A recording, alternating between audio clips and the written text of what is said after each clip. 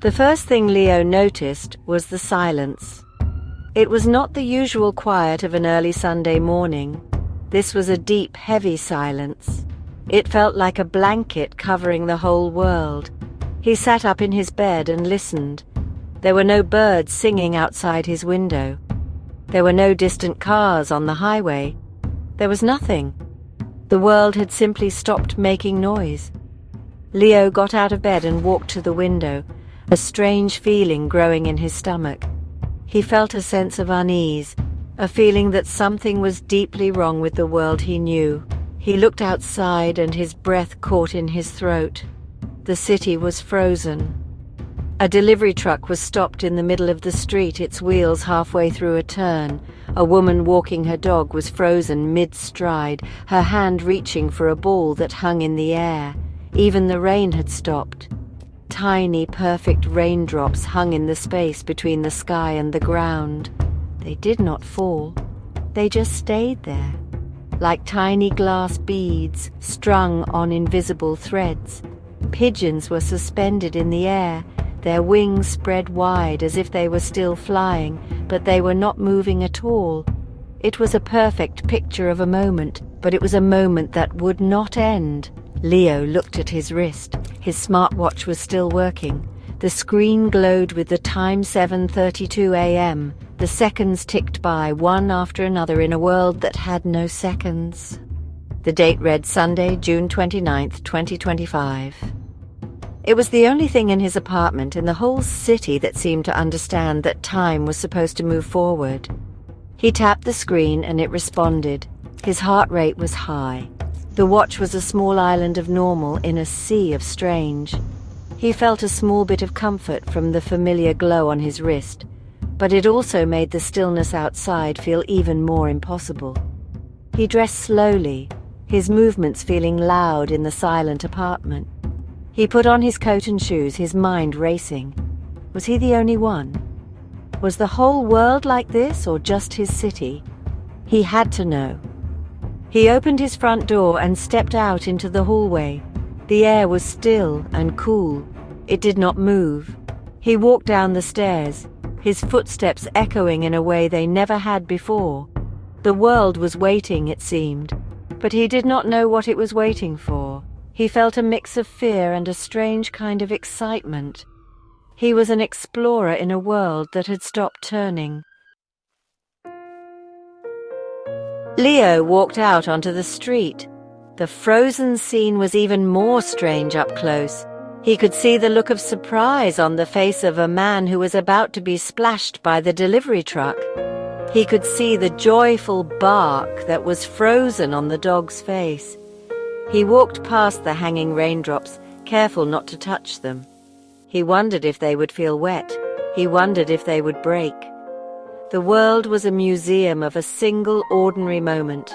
Every detail was preserved, from a piece of paper caught in the wind to a smile on a child's face. He was the only visitor. He walked for what felt like hours. The sun did not move in the sky.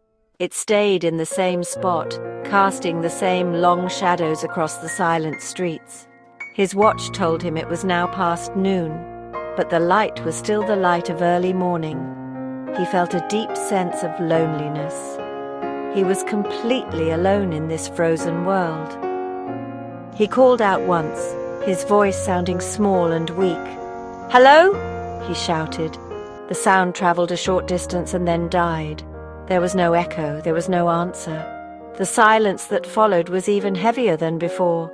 His curiosity began to win over his fear. He walked into a coffee shop. The barista was frozen behind the counter, a stream of milk hanging in the air between a pitcher and a cup.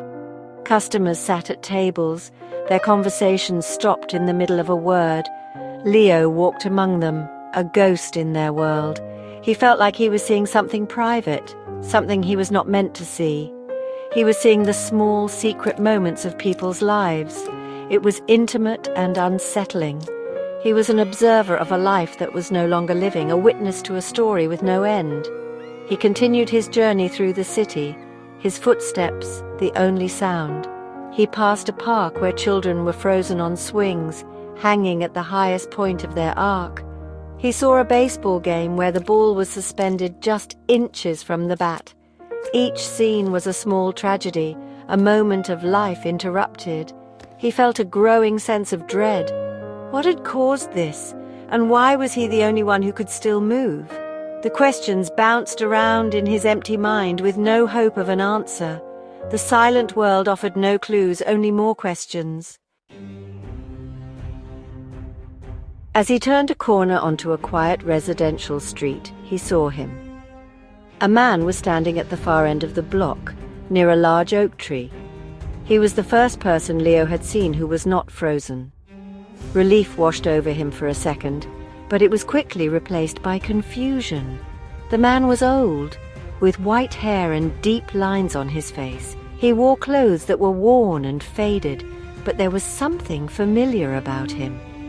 As Leo got closer, he realized with a jolt of shock that the old man looked like him. He was looking at an older version of himself. The old man did not smile. He did not wave. He just stood there, his eyes filled with a look of deep sadness and warning. He raised a shaky hand, not to greet Leo, but to signal him to stop. Leo froze, his heart pounding in his chest. The old man's lips moved, but no sound came out. He mouthed a single word, a silent warning that seemed to echo in the stillness. "Don't." Then the old man slowly shook his head, his eyes darting around as if he was afraid of being seen. He was trying to tell Leo something important, something urgent. The old man pointed a trembling finger, not at anything in the frozen world around them, but at the empty spaces. He pointed at the air between the still branches of the tree, at the space between two parked cars. He was trying to show Leo something that was not there. The old man's eyes were wide with fear. He seemed to be saying that they were not alone.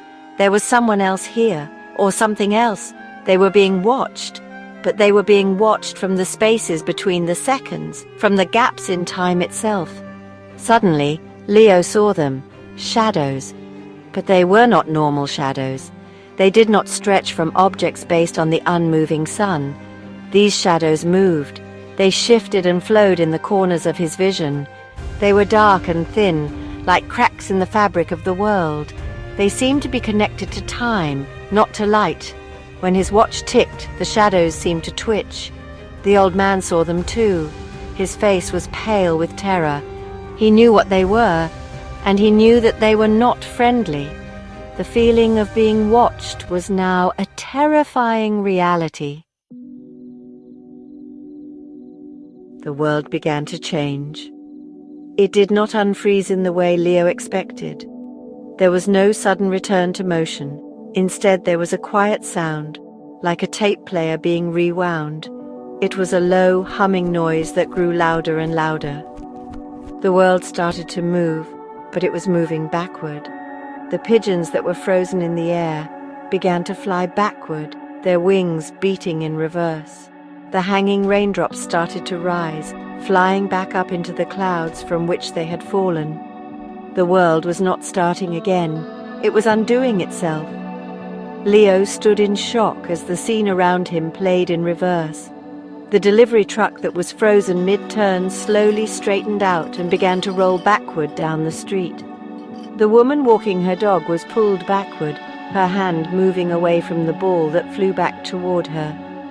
The frozen smile on the child's face disappeared as her expression rewound to something else.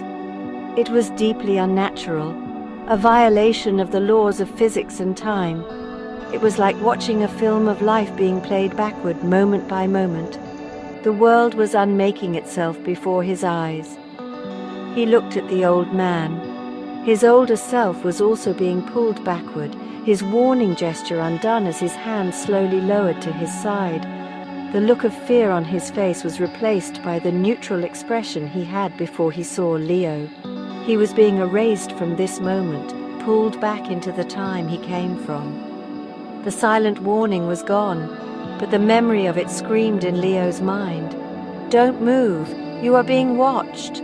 The strange, time-bound shadows flickered and stretched, seeming to grow larger as the world rewound around them. Leo was the only thing not moving backward.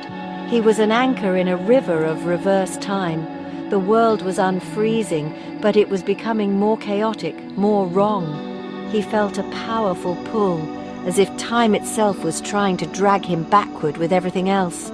He planted his feet on the ground, fighting against the strange force. The humming sound grew louder, filling his ears. The world was a blur of backward motion. He did not know what would happen when the clock rewound to the beginning. He only knew that he was at the center of the mystery, and he was terrified.